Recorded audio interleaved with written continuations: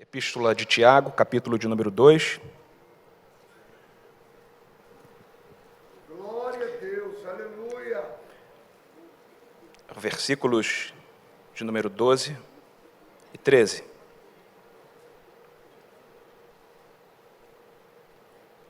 Glória.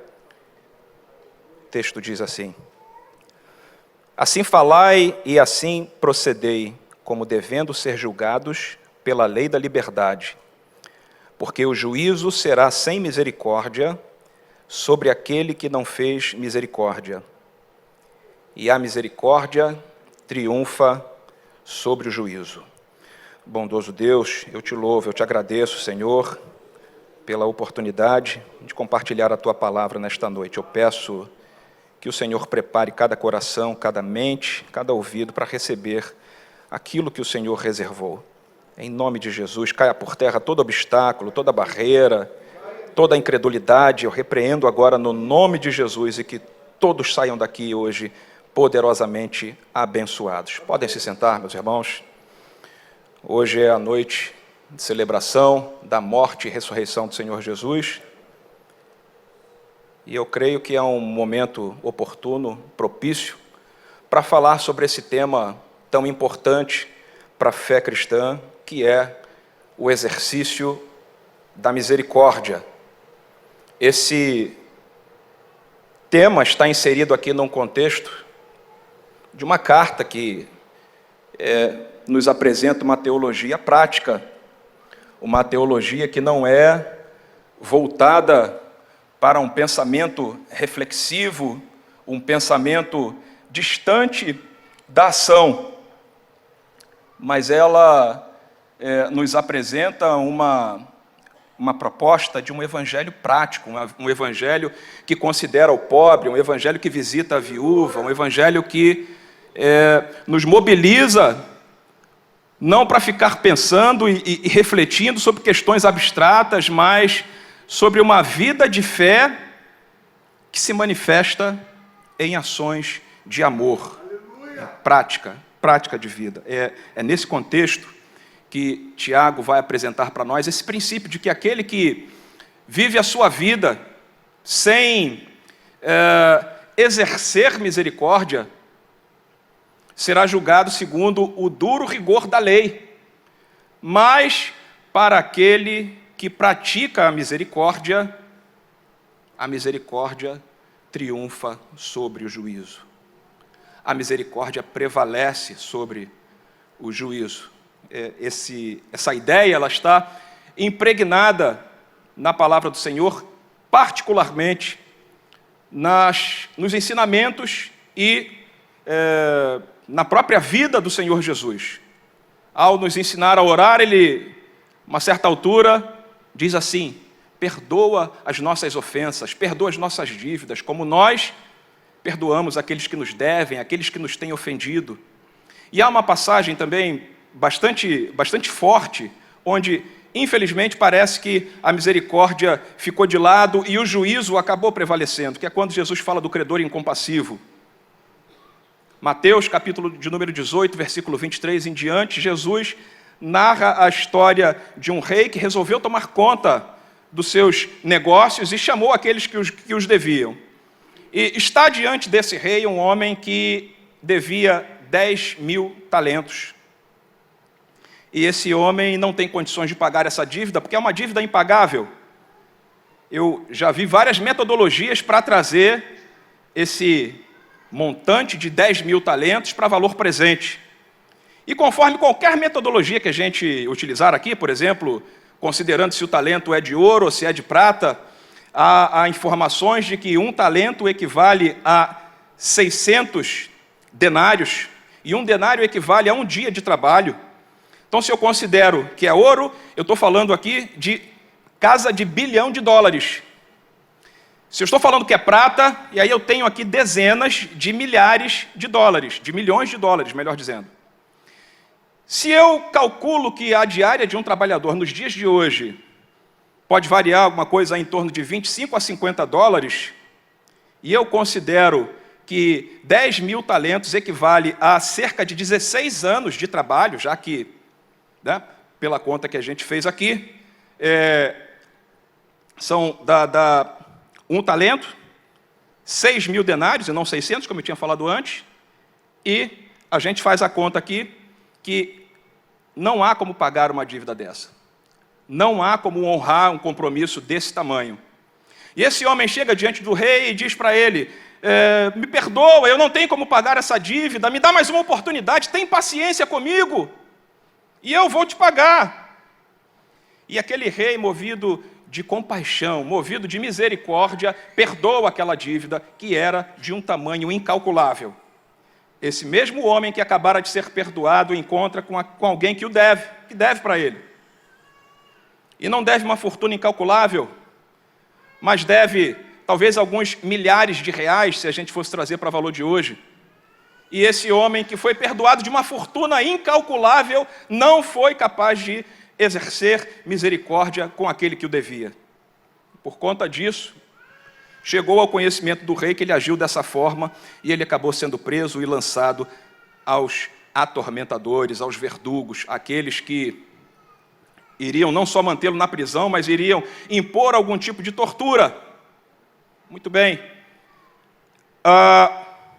Então, nesse caso, a gente tem a impressão de que as coisas não funcionaram, mas a gente tem uma série de outros exemplos na Bíblia, uma série de outras situações em que todas as circunstâncias levavam a uma execução de juízo, a uma execução de sentença, a prática de uma justiça que parece fazer todo sentido nas circunstâncias que a gente vai mencionar aqui. Entretanto, a misericórdia triunfa sobre o juízo. E é como se Tiago colocasse misericórdia e juízo como duas forças que entram em confronto, duas forças opostas, duas forças que lutam uma contra a outra. De um lado, nós temos aqui o juízo, com a sua justiça eficaz, com a sua tomada de contas, com a aplicação de sentenças. E do outro lado a gente tem a misericórdia, com a sua leveza, com a sua capacidade de reconciliar velhos inimigos, com a sua capacidade de trazer o homem para perto de Deus, com a sua capacidade de restaurar casamentos. A gente tem essas duas forças. E Tiago diz para a gente que a misericórdia é mais forte, que a misericórdia prevalece. Para tornar isso um pouco mais palpável, eu queria citar alguns exemplos em que a misericórdia prevaleceu. Eu queria começar com o Antigo Testamento, caso de uma família que se envolveu com um drama terrível, em que o irmão passa a perna no outro. Vocês conhecem a história de Jacó e Esaú?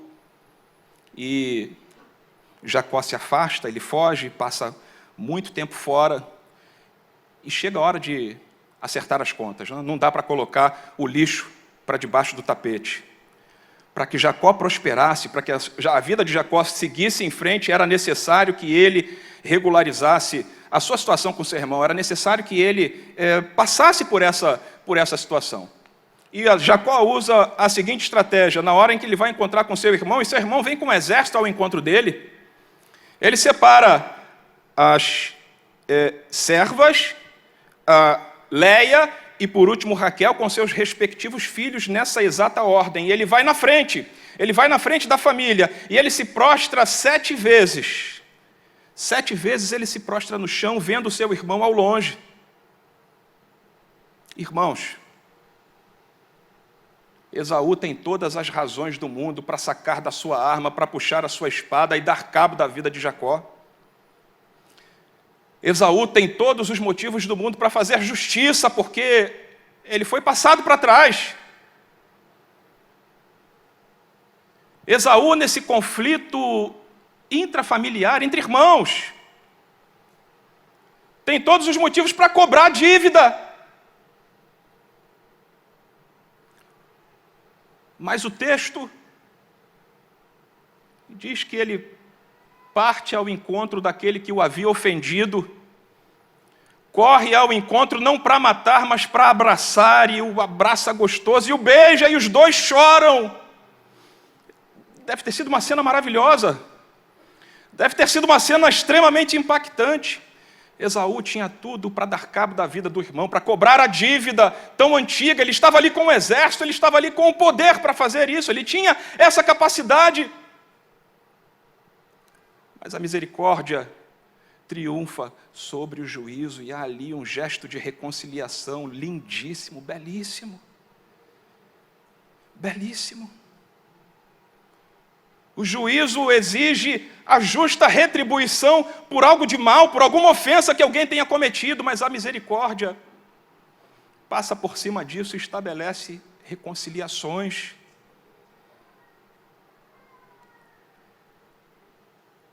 Estabelece restauração de relacionamentos. O segundo exemplo que eu queria citar aqui com os irmãos, Lucas capítulo 15, o pastor Jaime já fez menção aqui a esse texto, trata ainda, a gente ainda está no contexto de uma família. Lucas capítulo 15, versículo 11, um pai se depara com uma situação que um filho pede aquilo que é seu, pede sua parte na herança. Dá a minha parte na herança. E vai embora de casa. E dilapida, irmãos. Destrói todo o patrimônio que provavelmente levou anos para ser construído. E ele não faz isso com coisas que fossem legítimas, com coisas que fossem elogiáveis.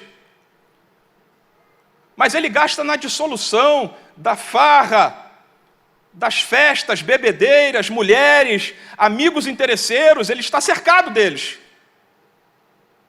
E a uma certa altura acaba o dinheiro e também acabam os amigos, consequentemente, e daqui a pouco acaba até a mínima provisão para fazer uma refeição básica e essencial, e ele se vê na condição de ter que comer aquilo que porco comia. E aí o texto diz que ele cai em si. Veja, ele não é o protagonista pela perspectiva da história que eu estou contando aqui para vocês, porque havia um pai todos os dias esperando ele na porta de casa. Havia um pai todos os dias alimentando a esperança de que aquele filho um dia voltaria para casa.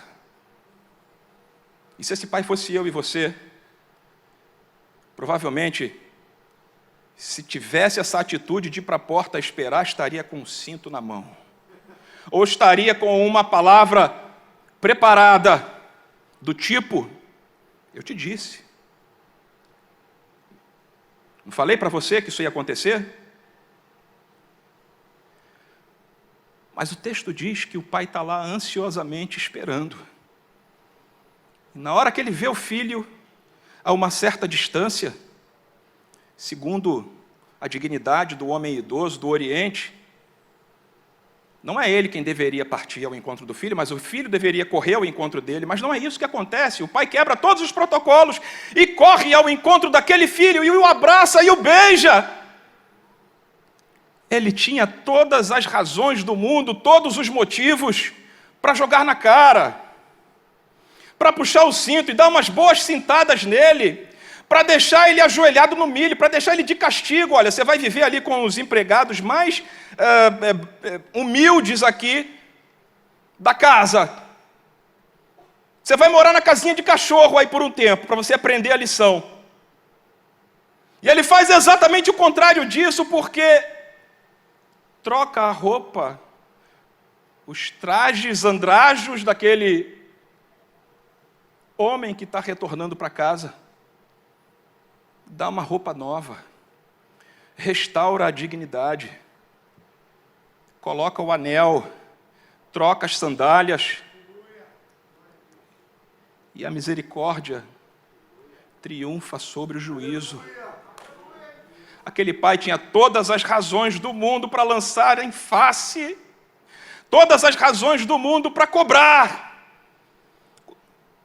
Mas a própria vida, irmãos, já tinha aplicado uma grande lição nele. Precisava o pai fazer mais nada nesse sentido, porque a própria vida já tinha lhe dado uma lição. Todas as razões para punir, todas as razões para exigir o direito. É meu direito te punir. Você pisou na bola.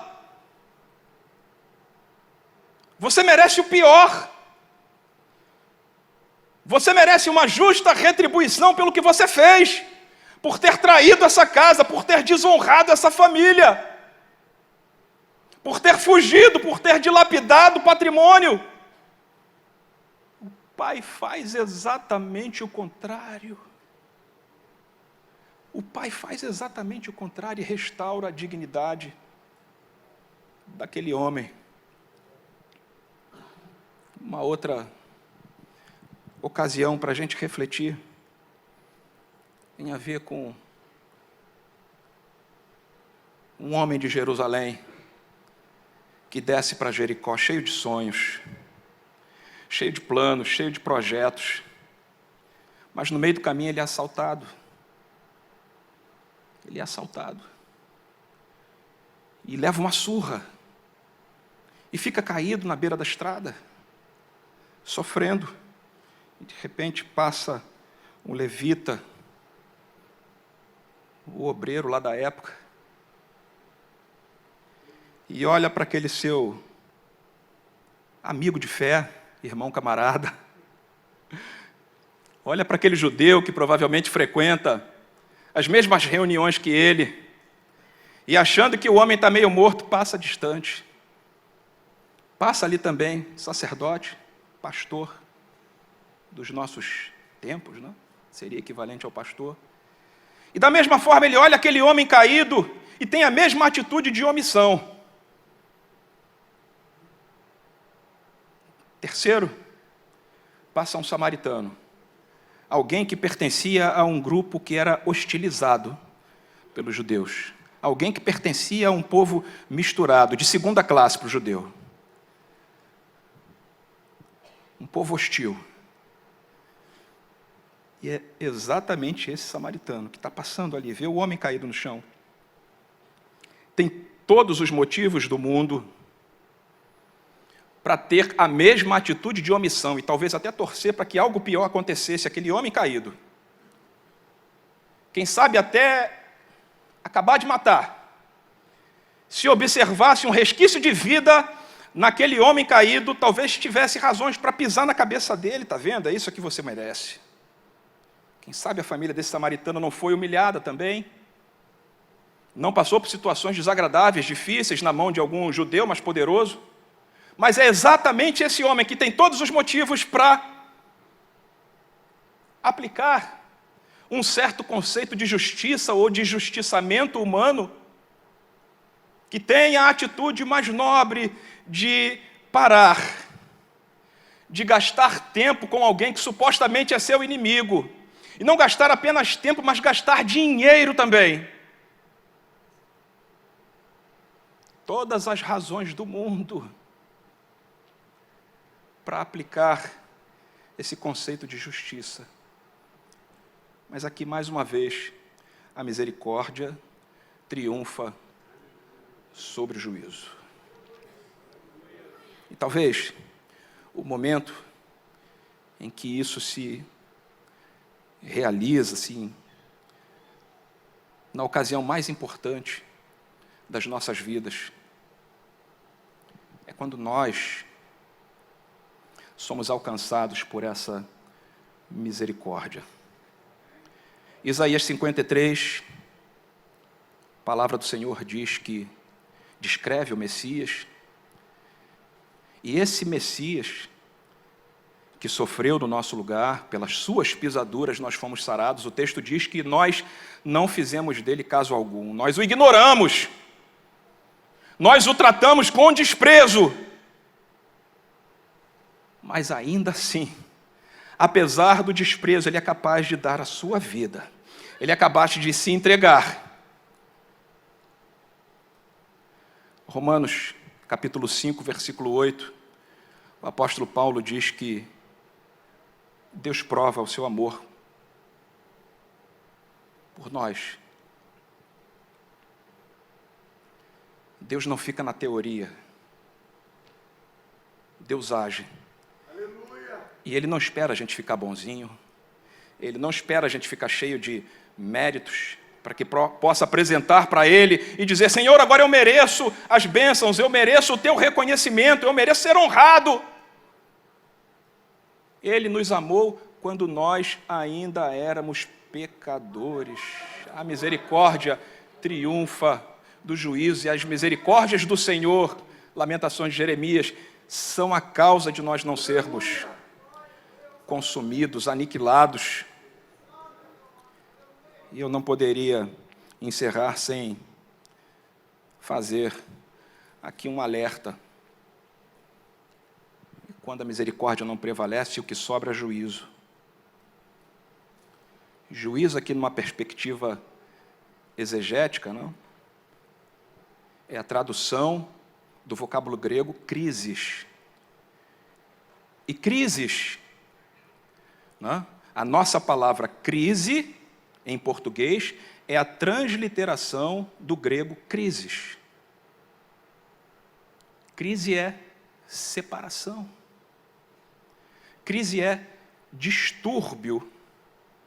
Crise é sair de uma situação normal e entrar numa situação altamente indesejada, onde tudo é instável. Quando não há misericórdia nos relacionamentos, meu irmão, você vai participar do pão e do vinho daqui a pouco. Quando não há misericórdia, o que sobra é juízo, o que sobra é crise, o que sobra é separação. Que você possa, nessa noite, ao participar do pão e ao participar do vinho, refletir se no seu relacionamento com a sua esposa, com seu filho, com seu pai, com seu amigo, nós falamos aqui de dramas familiares, de problemas que aconteceram no contexto de famílias, que podiam terminar em tragédia, em ruína, mas que foram restauradas, e às vezes a gente se priva de uma experiência restauradora, transformadora, abençoadora, porque a gente quer reivindicar o nosso direito, eu que estou certo, eu não vou tomar a iniciativa de pedir perdão, ou de liberar perdão, porque não fui eu quem errei. O erro não foi meu, o erro foi do outro. E aí eu fico nessa inércia esperando, e onde não há misericórdia, o que sobra é crise, o que sobra é separação. E eu tenho absoluta certeza que não é isso que você quer para a sua vida, não é isso que você quer para os relacionamentos, especialmente para os relacionamentos mais importantes que existem, com a sua família, com a sua esposa, com seu esposo, com seu filho, com seu pai e com seu irmão. Ao participar da mesa do Senhor, reflita sobre isso.